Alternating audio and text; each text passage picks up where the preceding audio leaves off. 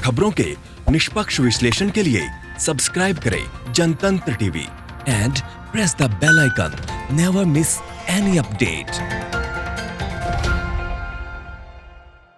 नमस्कार, आप देख रहे हैं आज की बड़ी खबर। मैं हूं आपके साथ दीपाली और बात करेंगे मदद पर भारी पड़ी सियासत।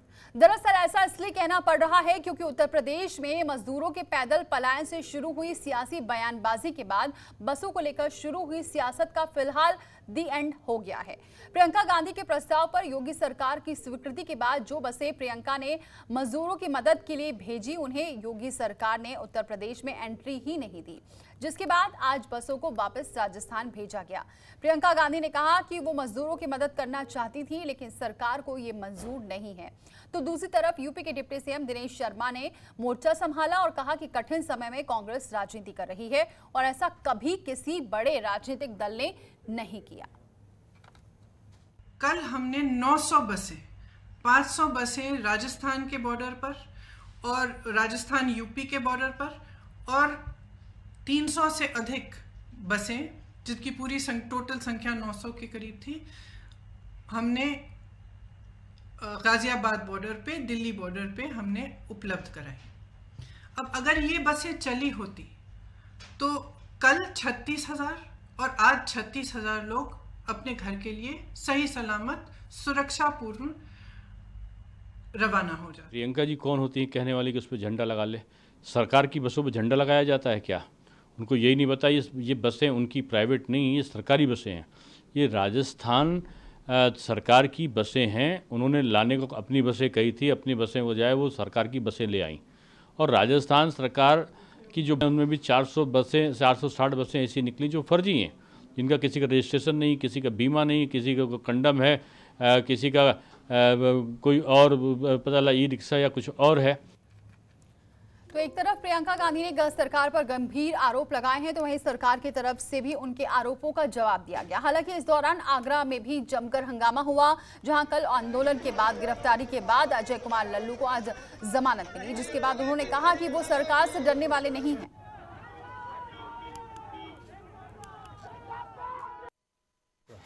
देखिए, अभी जिस तरह यह सरकार लगातार दमन करना चाहती है, सत्ता के अहंकार में पूरी तरह मशगूल है, वो लाख दमन करना चाहे कर ले। अजय लल्लू न जेल से डरा है न लाठी से डरा है। तो साफ है कि उत्तर प्रदेश में बसों को लेकर जमकर बयानबाजी हुई और मदद पर सियासत का सिलसिला पूरे 3 दिन तक चलता रहा, लेकिन ये मदद मजदूरों तक नहीं पहुंची और अंत में बसों को वापस भेज दिया गया, जिसे लेकर राजस्थान के डिप्टी सीएम सचिन पायलट ने भी आपत्ति जारी की है। बॉर्डर पर परमिशन ना देना, कमियां निकालना, नेताओं को अरेस्ट कर लेना, दमन की राजनीति अपनाना, ये कहाँ तक उचित है? आज हम लोग अगर श्रमिकों के लिए ट्रेन करा रहे हैं, बसें करा रहे हैं, तो उसमें आपसी तालमेल होना चाहिए। राज्य सरकार, केंद्र सरकार चाहें तो बहुत जल्द सभी श्रमिक अपने घर गांव पहुंच सकते हैं। जिन लोगों ने इस देश का निर्माण किया है, बिल्डिंगें बनाई हैं, हाथों से मजदूरी कर खून पसीना बहाया है, इस देश को इतना विकसित किया है, उन लोगों के जीवन को अगर हम सेफगार्ड नहीं कर सकते हैं तो अपना धर्म निभा रहे हैं क्या? और मुझे बड़ा खेद है कि यूपी सरकार बार बार बसों का पहले अलाउ नहीं कर रही है, फिर कहती है इन बसों को आप लखनऊ भेजिए, फिर कहती है बसों का रजिस्ट्रेशन ख़राब है। और हम रोज़ देखते हैं टेलीविज़न में लोग ट्रकों में कंटेनर्स के अंदर छुप कर आ रहे हैं, उनको परमिशन है क्या? तो ये मानवीयता के आधार पर केंद्र सरकार को और विशेष रूप से यूपी सरकार को परमिशन देनी चाहिए, और जो हम लोग एज अ पॉलिटिकल पार्टी कर रहे हैं उसमें सब लोगों का सहयोग लेकर कर रहे हैं, तो उसका स्वागत करना चाहिए। वहीं सियासी बवाल के बीच अखिलेश यादव और मायावती ने भी इस पर आपत्ति जाहिर की। अखिलेश ने लिखा कि उत्तर प्रदेश की सरकार बसों की फिटनेस सर्टिफिकेट के बहाने प्रवासी मजदूरों को सड़कों पर उत्पीड़ित कर रही है। बीजेपी सरकार खुद अपने फिटनेस का सर्टिफिकेट दे कि इस बदहाली में क्या वो देश प्रदेश चलाने के लायक हैं। वहीं मायावती ने भी ट्वीट कर लिखा कि पिछले कई दिनों से प्रवासी श्रमिकों को घर भेजने के नाम पर खासकर बीजेपी और कांग्रेस द्वारा जिस प्रकार से घिनौनी राजनीति की जा रही है, ये अति दुर्भाग्यपूर्ण। कहीं ऐसा तो नहीं है ये पार्टियां आपसी मिलीभगत से एक दूसरे पर आरोप प्रत्यारोप करके इनकी त्रासदी पर से ध्यान बांट रही हैं।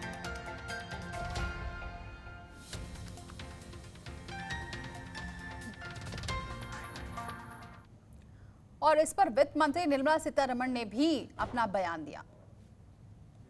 Well, if she is really in focus about the Uttar Pradesh government, she should see why 300 trains arrived in Uttar Pradesh when not even 5 or 7 arrived in Chhattisgarh.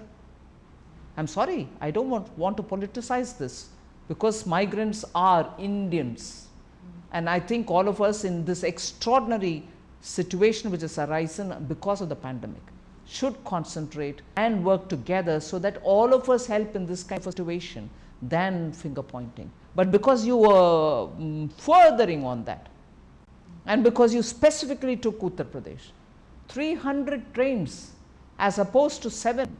I'm not saying the size of the populations are comparable, but the migrants probably are comparable.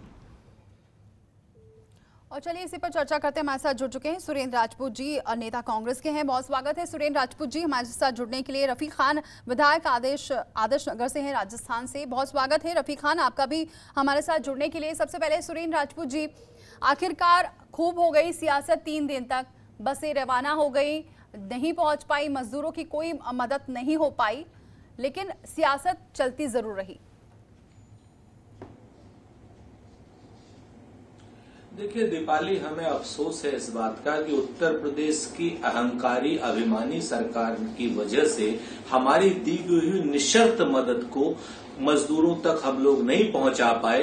इसका हमें कहीं न कहीं बहुत अफसोस है, और बहुत दिनों तक अफसोस रहेगा कि सड़क पर मजदूर पैदल चल रहा है और उत्तर प्रदेश के मुख्यमंत्री, उत्तर प्रदेश की पूरी सरकार कांग्रेस को, श्रीमती प्रियंका गांधी जी को कोसने में लगी है, कमियां निकालने में लगी हैं, लिस्ट में कमियां निकालने में लगी हैं, FIR कराने में लगी हुई हैं। सारे वो गैर कानूनी काम कर रही हैं जो अंग्रेज करते थे, लेकिन एक काम नहीं कर रही हैं कि बॉर्डर से प्रवासी मजदूरों को पैदल की जगह बसों से कैसे लाया जाए। इसको छोड़कर के बाकी सारी काम उत्तर प्रदेश में हो रहे हैं और वो किए जा रहे हैं। लल्लू जी को गिरफ्तार कर लिया गया, हमारे अध्यक्ष जी को उन्होंने जमानत ली, उसके बाद पुनः उत्तर प्रदेश लखनऊ पुलिस ने उनको गिरफ्तार कर लिया। इन सारे कामों के लिए इनके पास संसाधन है, सिर्फ प्रवासी मजदूरों के लिए इनके पास संसाधन नहीं है। जब नहीं थे इनके पास संसाधन तो हमने कहा हम बस दे देते हैं, आप उनका अपना झंडा डंडा लगा लीजिए, लेकिन पूरी की पूरी सरकार पिल पड़ी इस पर कि साहब बसें सरकारी हैं। हमने कहा भाई सरकार से हमने किराए पर ली है,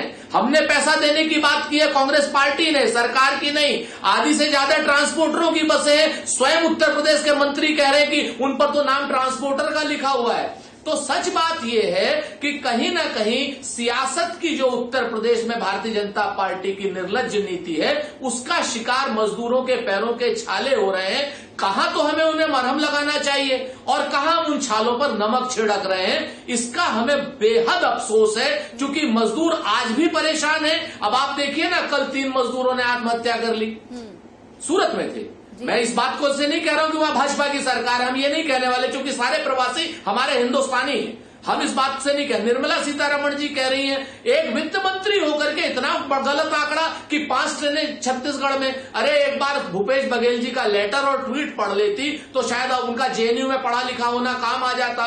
भाई भूपेश बघेल जी ने 67 ट्रेनों की क्लियरेंस दी है, और छत्तीसगढ़ की सरकार को रेलवे ने अभी तक 16 ट्रेनें वहां पर पहुंचाई हैं। 67 ट्रेनों की मंजूरी है और 16 ट्रेनें अभी तक पहुंची हैं। इसमें हम कहां गलत हैं? पीयूष गोयल जी झूठे आदमी, निर्मला सीतारमण जी झूठी, और कहीं ना कहीं अदूरदर्शितापूर्ण आदरणीय प्रधानमंत्री नरेंद्र मोदी जी का जो लॉकडाउन करने का निर्णय था, जिससे प्रवासी मजदूरों में भय प्राप्त हुआ, उत्पन्न हुआ, उनका सरकार पर से भरोसा खत्म हुआ। इस पर कोई बात नहीं करना चाहता, कोई भाजपा का नेता इस पर नहीं, कोई उल्टी सीधी बातें कांग्रेस को कल से गालियां दिए जा रहे हैं, जिसका कोई लेना देना नहीं है, कोई मतलब नहीं।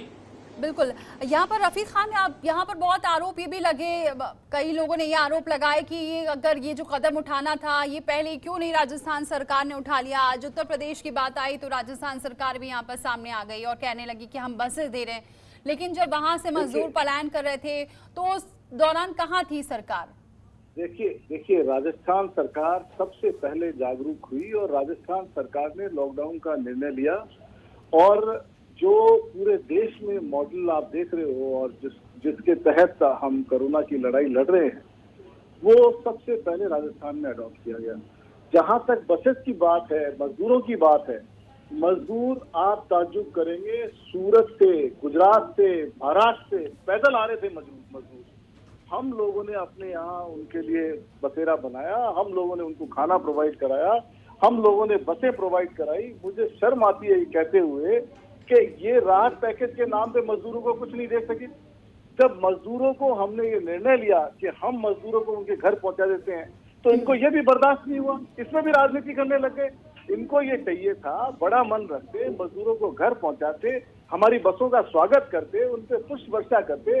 ये बेकार की बातों में लग गए।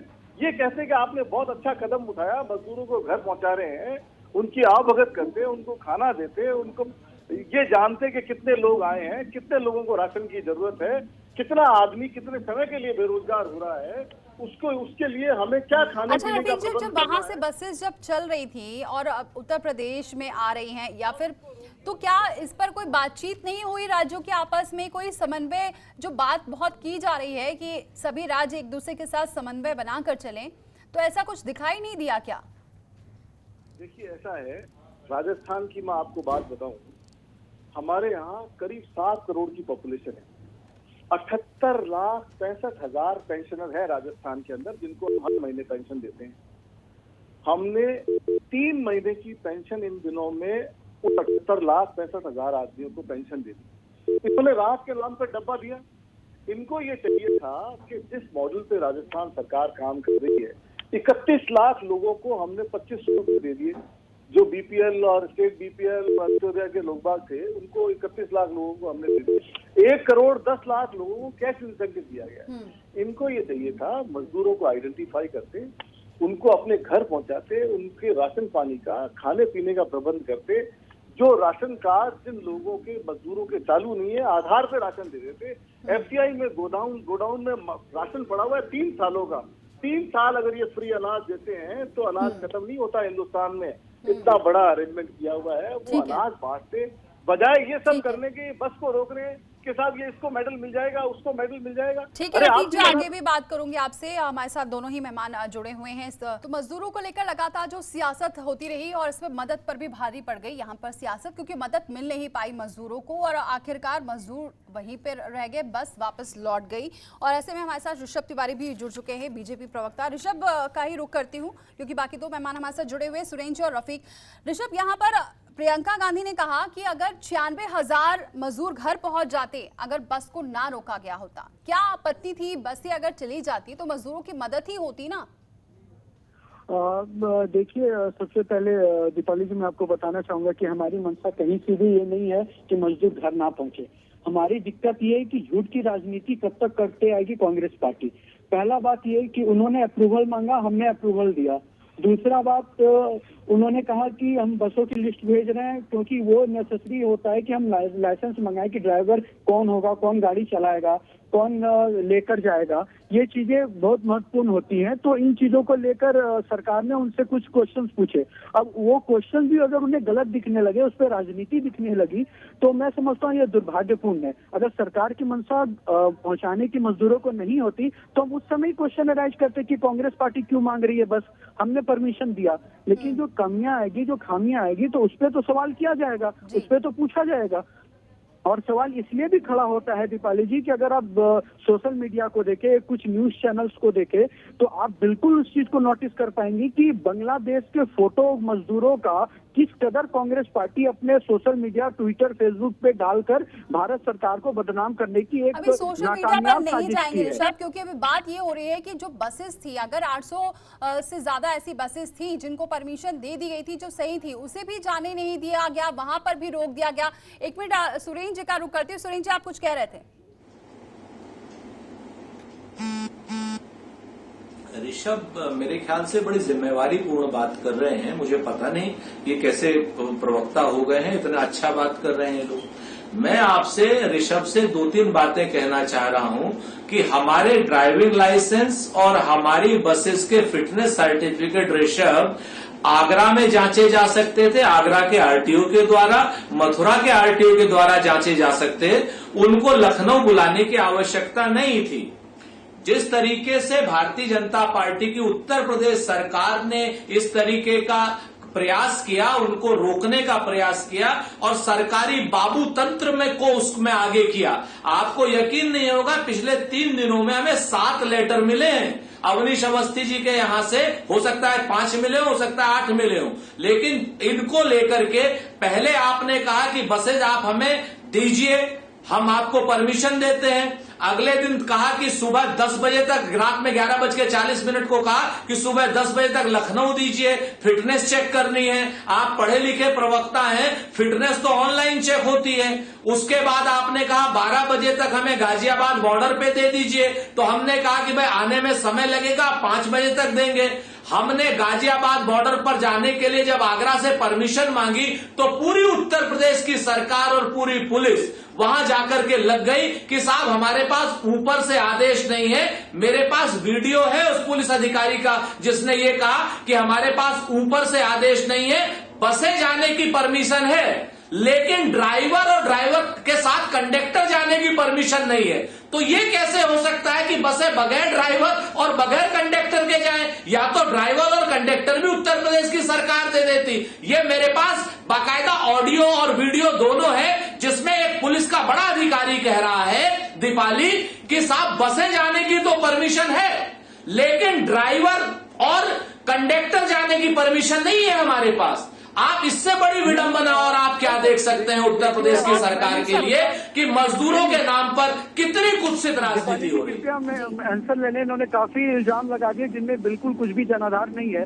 पहला इन्होंने कहा कि अच्छी बात है, आप तो प्रवक्ता लगते नहीं, इतनी अच्छी बातें कैसे कर रहे हैं। तो सर मैं आपको बता दूं, हमारे पार्टी में जब वर्कशॉप होती है तो हमें यही सिखाया जाता है नेशन फर्स्ट। हमारे लिए सेकुलरिज्म मीन्स भी नेशन फर्स्ट होता है। और दूसरी बात मैं आपको आता हूँ कि आपने कहा कि कंडक्टर और ड्राइवर की जो परमिशन की बात करी है, एक रिक्शा चालक का, एक ई रिक्शा टेम्पू के ड्राइवर की परमिशन को बस चलाने कैसे दी जा सकती है? पहले इसका जवाब कांग्रेस पार्टी के जो प्रतिनिधि बैठे हैं वो मुझे बता दें। और दूसरी बात, उन ड्राइवरों की लिस्ट मांगे, उन ड्राइवरों पे सवाल खड़ा किया गया है। मैं देता हूं, यही पे ले लो। बसों के साथ ड्राइवर थे और डीएल चेक कर लिए थे।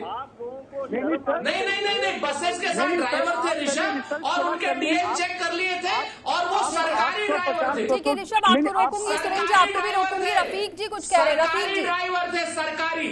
मैं ये कहना चाह रहा हूँ, हाँ। जितनी बसेस ठीक थी इनकी नजर में, जितने डॉक्यूमेंट परफेक्ट थे, उतनी बसेस तो भेजते। उन आदमियों को तो आगे जाने देते, बेचारों को वहाँ, गरीब आदमियों को वहाँ रोक लिया, मजदूरों को सड़कों के ऊपर। हमारे यहाँ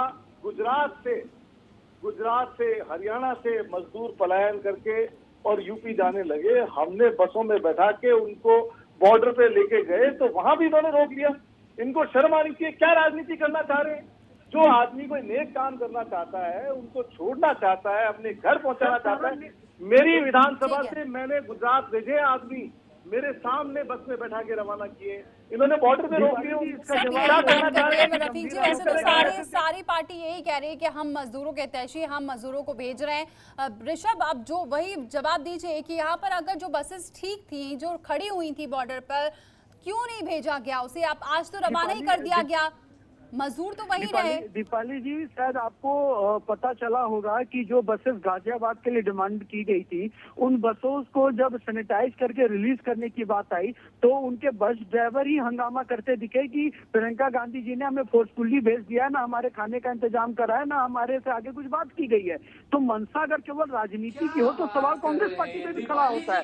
और भाषा का इस्तेमाल हो रहा है। नहीं, भाषा क्या, मैं तो सच बोल रहा हूँ, जो दिख रहा है वो मैं बोल रहा हूँ। किस तरीके की भाषा का इस्तेमाल हो रहा है? नहीं, क्या? अरे भाई, आप ही एक राजा हरिश्चंद्र है, बाकी सब तो झूठे हैं। देखिए, लैंग्वेज पूरा मीडिया में आप झूठ बोल रहे हैं। हमारे पार्टी की संस्कार में एक नेशनल चैनल पर आएंगे। रफीक जी, आपके पास पूरा झूठ बोल रहे हैं। सच्चाई को समझने की और स्वीकारने की कोशिश कीजिए। आप इतने ही सच्चाई यही है कि आप ड्राइवरों को जाकर के कह रहे हैं, कभी आप कहते हैं कि वो टेम्पो थे, कभी कहते हैं पूरा मीडिया कह रहा है कि बसें थी। चलवा देते। केवल आपको कमियां वही दिखती है जब राज्य हो। इस समय उत्तर प्रदेश की बात हो रही है, कमियां वही दिखती है।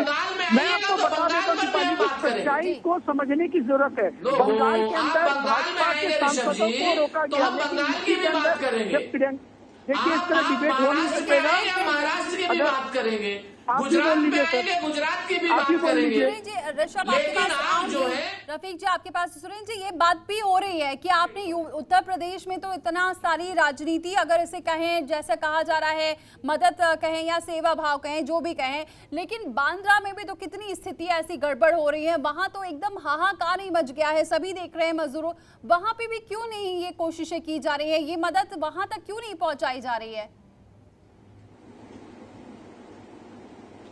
दीपाली, बहुत जिम्मेवारी से बहुत अच्छा प्रश्न किया। रफीक भाई भी बताएंगे आपको, हमारे आदरणीय विधायक हैं, राजस्थान में क्या हो रहा है, तो राजस्थान का तो मैं उन पर छोड़ता हूं, मैं आपको महाराष्ट्र का बता देता हूं। इस समय हिंदुस्तान में सबसे ज्यादा प्रवासी मजदूर जो हैं वो महाराष्ट्र और गुजरात में हैं, और जो महाराष्ट्र की स्थिति है वही गुजरात की स्थिति है, बल्कि गुजरात की स्थिति और ज्यादा खराब है, और महाराष्ट्र की स्थिति भी अच्छी नहीं है, इसलिए क्योंकि वहां पर इतनी भारी संख्या में प्रवासी मजदूर हैं जो आदरणीय नरेंद्र मोदी जी के अवैज्ञानिक और अदूरदर्शितापूर्ण लॉकडाउन की वजह से घबरा गए हैं, परेशान हो गए हैं, कारखाने बंद हो गए, खोली मालिकों ने उनके किराए की वो मांगनी शुरू कर दी है, जिसकी वजह से वो भयाक्रांत हो गए हैं, वो किसी भी रूप में घर जाना चाहते हैं, और उतनी व्यवस्था केंद्र की सरकार ने नहीं की है जितनी व्यवस्थाएं राज्य की सरकार कर सकती है, चाहे वो यहां की सरकार हो चाहे राजस्थान की सरकार हो, वो पूरा कर रही है। लेकिन उसके बाद भी मैं आपको पूरी जिम्मेवारी से बताऊं कि उत्तर प्रदेश के लिए बंबई से अगर 100 ट्रेनें मांगी जाती हैं तो उत्तर प्रदेश 5 ट्रेनों को अलाउ कर रहा है। आप समझिए, गुजरात से ज्यादा ट्रेनों को अलाउ कर रहा है, कर्नाटका से ज्यादा ट्रेनों को अलाउ कर रहा है, राजस्थान से भी ज्यादा ट्रेनों को अलाउ कर रहा है उत्तर प्रदेश। बंबई से अगर 100 ट्रेन मांगते हैं तो ज्यादा, ये भी तो देखना है, ये भी तो देखना है, अगर वहां से अगर ज्यादा प्रवासियों को ले आते हैं और केसेस बढ़ते हैं तब भी आप आरोप लगाएंगे। देखिए अब ये बिल्कुल बहुत अच्छी बात आपने कही, मैं सहमत हूं आपसे, और आप बहस भी बहुत अच्छे से कंडक्ट करा रही हैं, मैं धन्यवाद देता हूं आपका। आपको समझना पड़ेगा कि आप और हम दोनों, यानी उत्तर प्रदेश का जो नोडल अधिकारी बंबई में बैठा है, वो जब ट्रेनों को क्लियर करता है तो पहले वहां के सीएमओ की रिपोर्ट पर करता है कि ये इस पर कोई कोरोना नहीं है, कोई वो नहीं है, उनको बैठाया जाता है। मैं उन 100 ट्रेनों की बात कर रहा हूं जिसमें पर ट्रेन 1900 पैसेंजर कोरोना फ्री है, उनकी बात कर रहा हूं। क्योंकि 37 लाख से ज्यादा लोग एक जगह पर इकट्ठा हैं, हाइजेनिक नहीं हो सकता उनका, और उसी तरीके से 17 से 20 लाख लोग सूरत में इकट्ठा हैं, 12 से 13 लाख लोग अहमदाबाद में इकट्ठा हैं, भरूच में इकट्ठा 7 लाख लोग हैं, राजकोट में इकट्ठा है, मोरबी में इकट्ठा है। आप पूरे गुजरात में जो लाठीचार्ज हो रहा है मजदूरों के ऊपर, सूरत में, महसाणा में, भरूच में, अहमदाबाद में, वापस हम चर्चा करेंगे। हमारे साथ बने हुए हमारे मेहमान, तो मजदूरों को लेकर जो सियासत लगातार हो रही है इस पर हम चर्चा कर रहे हैं। बसेस की हर कोई बात कर रहा है, मदद पहुंचाने की हर कोई बात कर रहा है, लेकिन अगर मजदूरों के लिए वाकई ही सभी पार्टियां मैदान में डटी हुई हैं तो ये मजदूर क्यों इतना पैदल चल रहे हैं, क्यों इतना परेशान हैं? लेकिन अभी भी इस पर सियासत रुक नहीं रही है, इसी पर हम चर्चा लगातार कर रहे हैं। सुरेंद्र राजपूत जी हमारे साथ बने हुए हैं, रफीक खान जी बने हुए हैं, ऋषभ तिवारी बने हुए हैं, इसके अलावा हमारे साथ राकेश प्रताप सिंह जी जुड़ चुके हैं, गौरीगंज विधायक हैं उत्तर प्रदेश के। अब एक बार राकेश जी का रुख करती हूँ। राकेश जी, आपने भी मुख्यमंत्री योगी को चिट्ठी लिखी थी, क्या उसका जवाब आया अब तक? नहीं, अभी तक कोई जवाब नहीं आया है जी। क्या लिखा था आपने चिट्ठी में?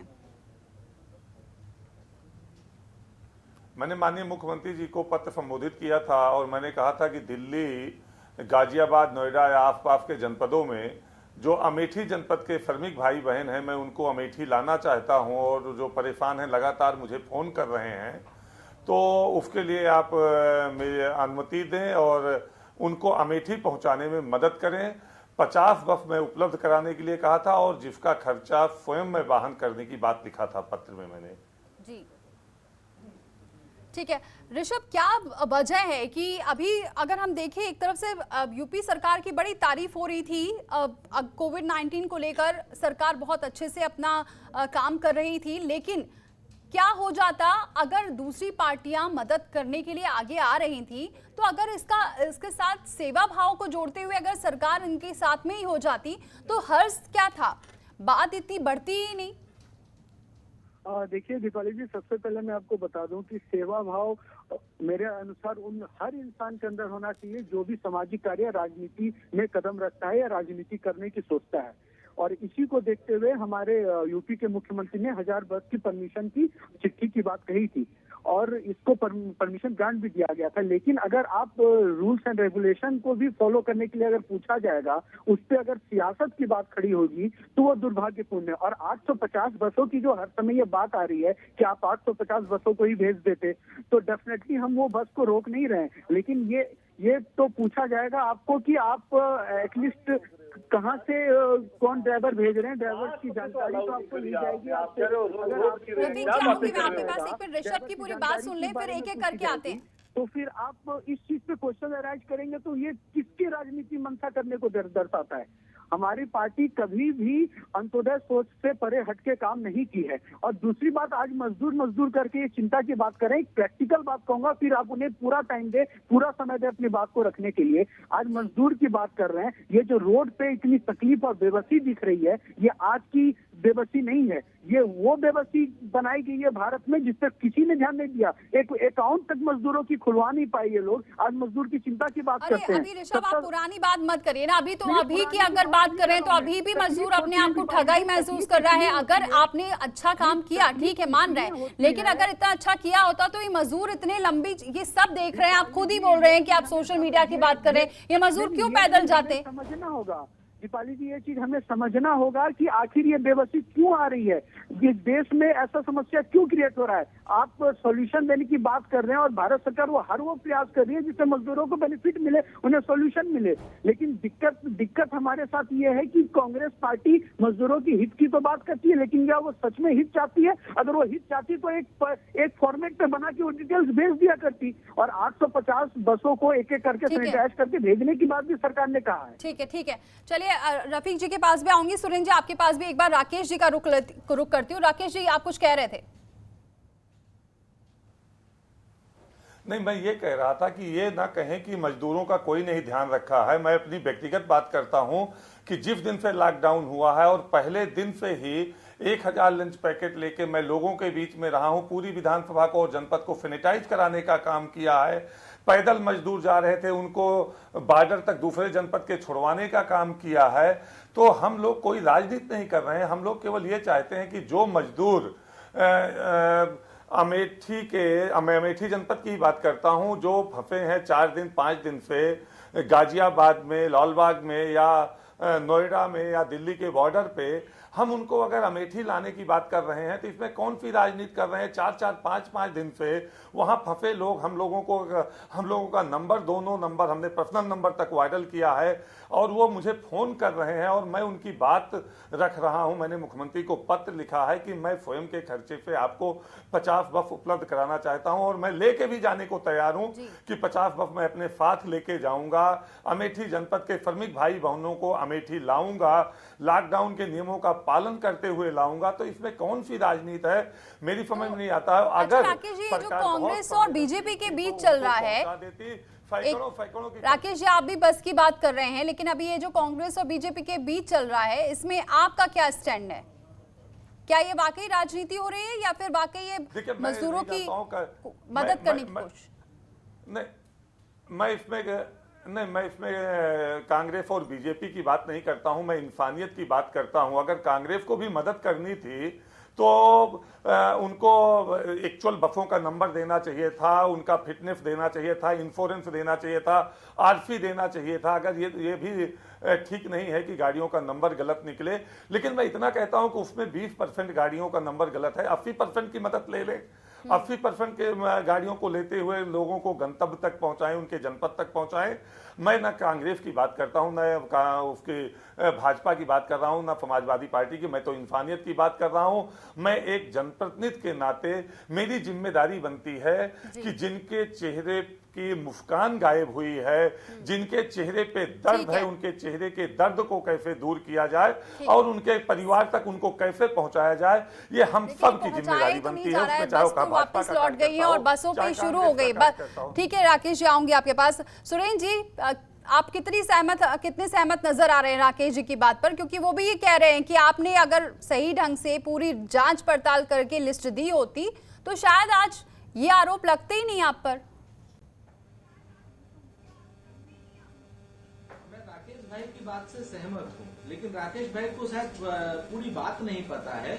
मैं राकेश भाई से सविनय कहना चाहता हूँ कि हम लोगों से मात्र 1.5 घंटा समय दिया गया लिस्ट को देने के लिए, इसलिए हमने उस 1.5 घंटे में लिस्ट को कुछ टाइपिंग त्रुटियां हुई हैं। जैसे बस ऑलरेडी 1000 हैं, लेकिन बस का नंबर 83 की जगह 85 शायद गलत लिख दिया गया, तो 85 नंबर का टेम्पो निकल आया।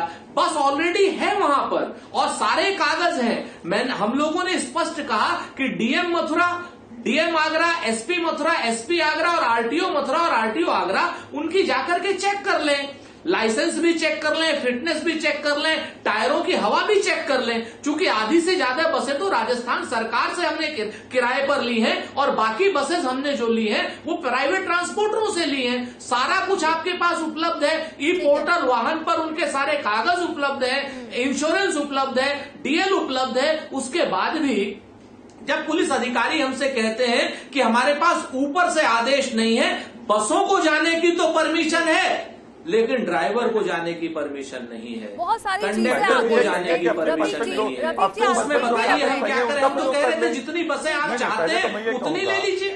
राकेश जी आऊंगी मैं आपके पास, एक बार रफीक जी के पास बहुत देर से नहीं गए हैं। रफीक जी ये भी आरोप लग रहे हैं, आप ही के कांग्रेस की विधायक ने आरोप लगाया, अदिति सिंह ने आज कहा कि अगर मदद ही करनी थी तो उत्तर प्रदेश सरकार ने तो ये भी कोशिश की कि कोटा से बच्चों को लेकर आए, तो फिर राजस्थान सरकार उस वक्त कहाँ थी? आप तो मदद करने की बार बार बात कर रहे हैं, तो उस वक्त ही मदद कर देते, बस लगा देते, बच्चों को भेज देते उनकी जगह। मैं आपकी बात के लिए दुरुस्त कर दूं आपको, मैं खुद इन्वॉल्व था। कोटा से बच्चों को 80-90% बच्चे जो जाना चाह रहे थे उनको आज से 10 दिन पहले भेज दिया गया है और वो जा चुके हैं अपने अपने घरों में। जा तो चुके हैं, लेकिन पहल तो उत्तर प्रदेश सरकार ने करी थी ना।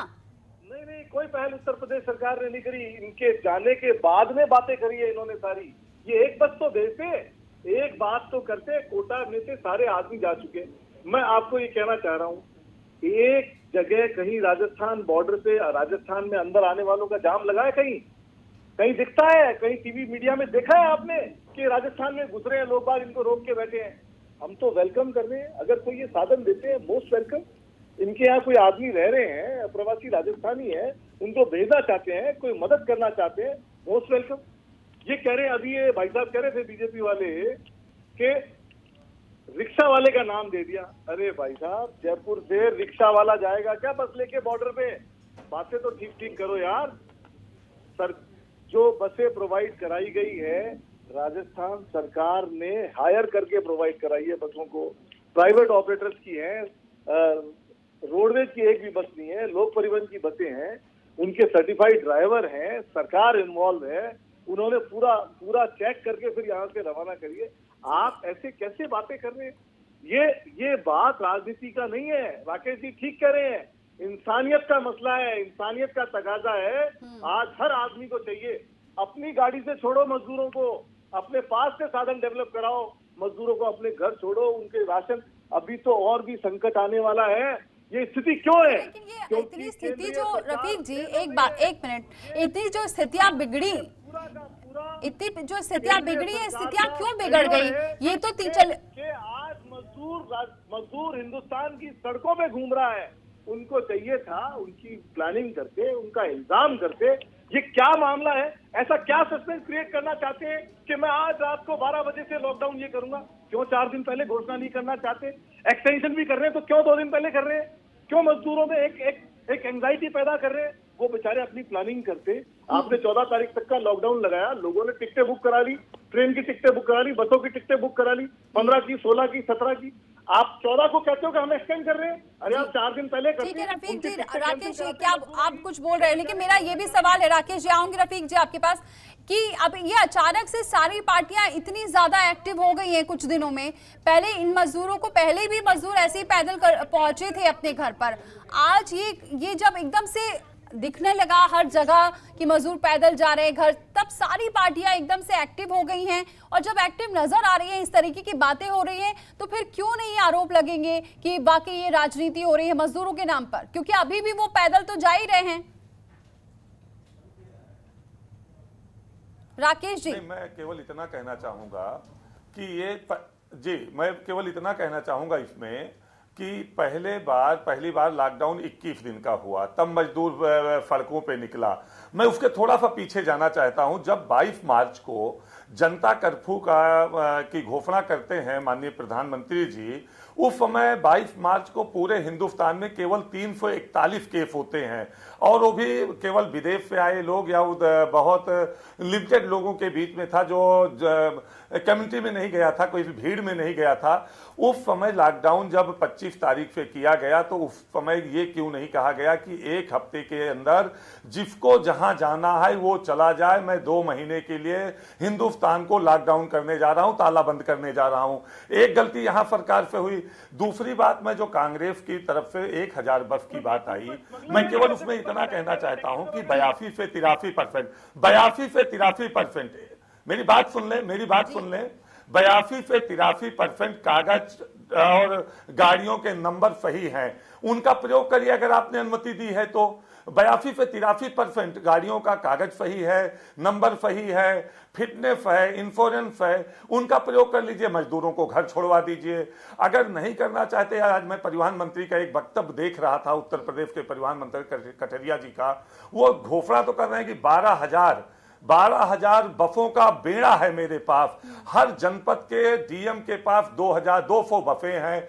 75 से अगर हम 200 को गुणा करते हैं तो ये 15,000 बसें होती हैं।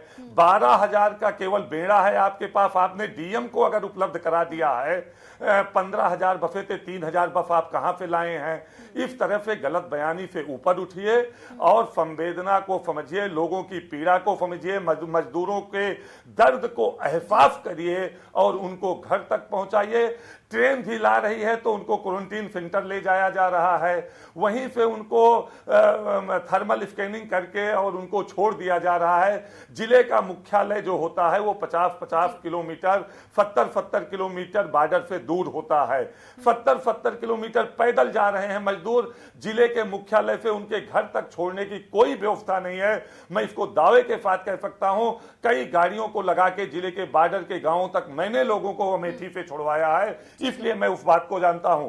मेरा गांव रोड के किनारे है, मैं वहां हमारे साथ बने हुए राकेश जी आएंगे वापस आपके पास। आप जो कह रहे हैं कि जिले से भी उनके जनपद तक नहीं पहुंचाया जा रहा है। ऋषभ, आप मजदूरों की हमेशा बात करते रहते हैं, और ऐसे में अब मजदूरों की अगर बात करें तो क्या लग रहा है कि सरकार कोशिश जरूर कर रही है, लेकिन कहीं ना कहीं ये, जैसा कि सुरेंद्र जी ने भी बताया कि जो अधिकारी हैं वो कह रहे हैं कि हमें ऊपर से आदेश है कि बसों को आगे नहीं बढ़ाया जाएगा। तो क्या अधिकारी बात नहीं मान रहे हैं? कहां कमी नजर आ रही है जो इतने सारे आरोप आप पर लग रहे हैं?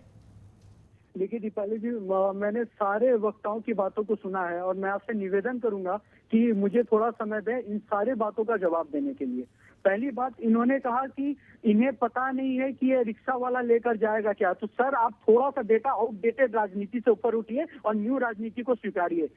आज के जमाने में सारा कुछ अवेलेबल है, आपके यहाँ इंटरनेट चलता होगा तो पता कर ले। वो ई रिक्शा का भी उसमें मेंशन था। आपकी बात फिर देखिए, मैंने बीच में एक बार भी नहीं बोला, उम्मीद करूंगा मेरे बात को रखने का मौका दिया जाएगा। आपकी सारी बात से मैं एग्री करता हूँ। ठीक है, अगर 20% डेटा में मिसमैच हुआ तो 80% डेटा के साथ आप क्यों नहीं मजदूरों की सेवा कर रहे हैं? अब आपकी बात से मैं सहमत हूँ, लेकिन मुझे एक चीज का वो बाद में जवाब दे दें। पहली बात, क्या सरकार को जानने का हक नहीं है कि वो बस चलाएगा कौन, उसे लेकर आ कहां से रहे हैं, किस स्टेट से आ रहा है, कहां का है, इसकी प्लीज आप अपने समय में अपना जवाब दे दें। एक सेकंड पूरी बात कर ले लीजिए। दूसरी बात, आप ये सवाल अगर पूछा जा रहा है तो आपको तकलीफ हो रही है। और सबसे महत्वपूर्ण बात मैं कह रहा हूँ, आज मजदूर को लेकर यूपी सरकार को जो घेरने की एक परंपरा के तौर पे ये कांग्रेस पार्टी कर रही है, तो मैं आपको एक ऐना दिखा दूं और देश की जनता को भी बता दूं कि यूपी एक ऐसा राज्य है जहां से 3 स्टेट्स बिल्कुल कनेक्टेड हैं, और उन स्टेट्स के भी मजदूर अगर उधर से जा रहे हैं तो हमारे पार्टी के अंदर, इन्होंने कांग्रेस पार्टी की बात की इसलिए मैं भाजपा की बात करने जा रहा हूँ, हमारे पार्टी के अंदर आए दिन वीडियो वीडियो कॉन्फ्रेंसिंग के जरिए एक कमेटी बनाई गई है। बाकायदा वो कमेटी प्रवासी मजदूर जो रास्तों पे सफर कर रहे हैं उनकी सेवाओं के लिए और खासकर फिर जो कल तस्वीर देखी गाजियाबाद की, जो हमने तस्वीर देखी वो क्या थी? फिर जो 100 रजिस्ट्रेशन की बात की जा रही है, फिर इतने सारे मजदूर वहां इकट्ठा हो रहे हैं, सोशल डिस्टेंसिंग की धज्जियां उड़ रही हैं, सब कुछ, फिर क्यों मजदूर एक साथ इतना इकट्ठा हो रहे हैं? इसका भी उस पर डीएम ने बाकायदा जवाब दिया और ऑफिशियली जवाब दिया, सारे जगह अवेलेबल है। नेशनल चैनल जनतंत्र पे बैठ के मैं कोई झूठ बात नहीं कर रहा हूँ। उन्होंने कहा कि कुछ लोग इस भ्रम में भी पहुंच गए कि सबको जाने दिया जा रहा है, जबकि वहाँ रजिस्ट्रेशन किए हुए लोगों का ही सबमिशन था, जो रजिस्टर्ड किए हुए थे उनका ही सबमिशन था। इस महामारी में कहीं ना कहीं बांद्रा में भी हमने देखा कि भ्रम में लोग फैले, कौन फैलाया भ्रम, तो एक कहीं ना कहीं मिस अंडरस्टैंडिंग के कारण भी चीजें कभी कभी बिगड़ जाती है। तो मंशा क्या है कि हमें मजदूरों की सेवा करनी है या नहीं, तो यूपी सरकार वो हर काम करेगी जिससे मजदूरों को लाभ मिले और वो घर तक पहुंचे, और उसके लिए योगी जी हर वो प्रयास कर रहे हैं। और दूसरा एक रिक्वेस्ट, छोटा सा रिक्वेस्ट मैं आपके चैनल से करूंगा कांग्रेस पार्टी के लिए, आपकी सहानुभूति मजदूरों के लिए मैं स्वीकारता हूं, उसे सलाम करता हूं, लेकिन वो सहानुभूति आप प्लीज और स्टेट में भी दिखाएं। झारखंड से मैं आता हूं, जब मैं मजदूरों को लाने की बात करता हूं तो हेमंत सरकार मुझे ई पास का ट्विटर पे रिप्लाई देते हैं और वहाँ कांग्रेस पार्टी के एमएलए रिप्लाई देते हैं और ई पास के जरिए मैं पास बनवाता हूँ। आपके पास जो सुविधा है आप भी वैसा कर सकते थे, लेकिन आपने राजनीति की, मैंने ई पास के जरिए मजदूरों की मदद की। तो मनसा अगर राजनीति करने की हो तो सकारात्मक राजनीति करें, ना कि नकारात्मक। आपको राजस्थान की सड़कों पे मजदूर नहीं दिखेंगे। ठीक है रफीक जी, एक बार सुरेंद्र जी के पास बहुत देर से नहीं गए। सुरेंद्र जी जवाब दीजिए, क्यों बाकी जगह का क्यों नहीं है ये स्टैंड दिख रहा है कांग्रेस का? फोन करिए, ठीक है, अब हटाइए। सुरेंद्र जी मेरी आवाज मिल रही है आपको? नहीं पहुंच पा रही आवाज। रफीक जी आप दीजिए जवाब, क्यों बाकी, सिर्फ राजस्थान नहीं बाकी जगह का भी बताइए, क्यों कांग्रेस पर ये आरोप लग रहे हैं कि दूसरी जगह का स्टैंड क्यों नहीं ले रहे मजदूरों के लिए? राजस्थान की सड़कों पे एक सड़क पे मजदूर नहीं है। गुजरात से आदमी यूपी जाता है, हम छुड़वा रहे हैं बॉर्डर पे। इनको चाहिए कि यही तो प्रॉब्लम है, यही तो रफीक जी एक मिनट मेरी भी सुनिए। यहाँ पर ये है कि हर सरकार यही कह रही है, हर सरकार तो यही कह रही है कि हम मजदूरों को पहुंचा रहे हैं, हम मजदूरों को, तो फिर मजदूर सड़क पे कैसे दिख रहे हैं? यही पूछना चाह रहा हूँ। मजदूर राजस्थान की सड़कों पे नहीं दिख रहे हैं रूपाली जी, मजदूर इन्हीं के बॉर्डर पे नजर आ रहे हैं। राजस्थान की सड़कों पे जगह जगह गवर्नमेंट ने कैंप लगाए हुए हैं। मेरी कॉन्स्टिट्यूंसी में 3 स्टेशन बने हुए हैं, जहां अगर मजदूर दिख जाता है तो हम बस में बैठा के उनको रवाना करते हैं। ये घुसने से रोक रहे हैं उनको। हमने अक्षय पात्र की गाड़ियां लगाई हुई है उनके खाने के लिए, बस रुकती है, उनको सबको खाना खिलाते हैं, फिर वापस बिठाते हैं। वो भी कह रहे हैं उनके पास भी बसेस हैं, उन्होंने भी कैंप लगाए हैं। आप देखिए जरा, नोएडा में देखिए और जगह उत्तर प्रदेश में देखिए, जगह जगह कैंप लगे, सरकार भी मदद कर रही है। सोशल डिस्टेंस की धज्जियां उड़ रही है, कैसे रखा हुआ है इन्होंने मजदूरों को, किस हालत में रखा हुआ है। इनको ये पूछे कि ये नौबत क्यों आई, क्यों ये सस्पेंस क्रिएट किया कि इतनी तारीख को इतनी बजे, आज रात को 12 बजे, इसकी जरूरत क्यों पड़ी, किस लिए जरूरत पड़ी इस बात की? आप प्रॉपर प्लानिंग करते, अगर आपको एक्सटेंड करना था लॉकडाउन तो जितने मजदूर घर जाना चाहते थे उनकी प्लानिंग करते। आपका अचानक ही हुआ था ये तो खैर, अगर कोरोना को लेकर ये स्टेप उठाया गया, अगर ये नहीं होता तो शायद क्या स्थिति होती, इस पर तो बहुत बहस हुई है। ठीक है रफीक जी आपके पास आऊंगी। राकेश जी आप क्या कह रहे हैं? मैं केवल इतना कहना चाहता हूं कि देखिए इधर उधर की बात बहुत हो रही है, कांग्रेस भाजपा, इस समय कोई बात राजनीतिक नहीं होनी चाहिए, केवल मजदूरों की मदद की बात होनी चाहिए। मैं केवल भाजपा के नेता बैठे हैं, नाम क्लियर नहीं हो रहा, कि मैं उनसे इतना पूछना चाहता हूं कि आपने सभी प्रदेशों में प्रमुख सचिव स्तर के नोडल अधिकारी नियुक्त किए हैं, जरा आप उन नोडल अधिकारियों का नंबर मिला लीजिए, क्या किसी का नंबर उठता है क्या?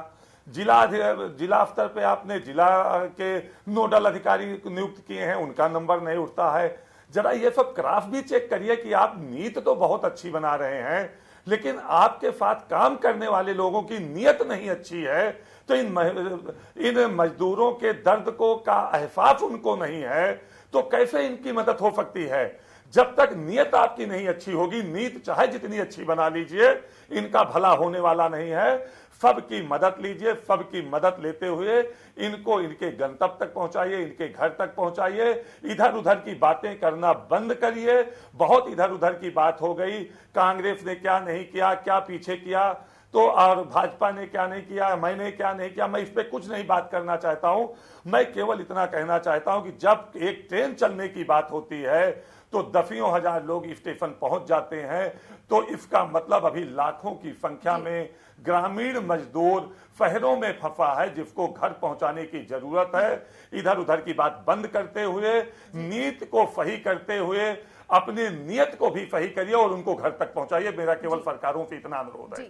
बहरहाल मेरे पास समय इतना ही था। बहुत बहुत शुक्रिया आप सभी मेहमानों का हमारे साथ जुड़ने के लिए, चर्चा में शामिल होने के लिए। तो सबसे बड़ी बात यही है कि यहाँ पर अब मजदूरों के लिए वाकई सोचना चाहिए। राजनीति करने से अब इस सभी ही पार्टियों को बाज आना चाहिए, वरना मजदूर जो विश्वास करते हैं सभी पार्टियों पर, वो पूरी तरीके से उठ जाएगा। फिलहाल इतना ही, लेकिन खबरों का सिलसिला जारी है।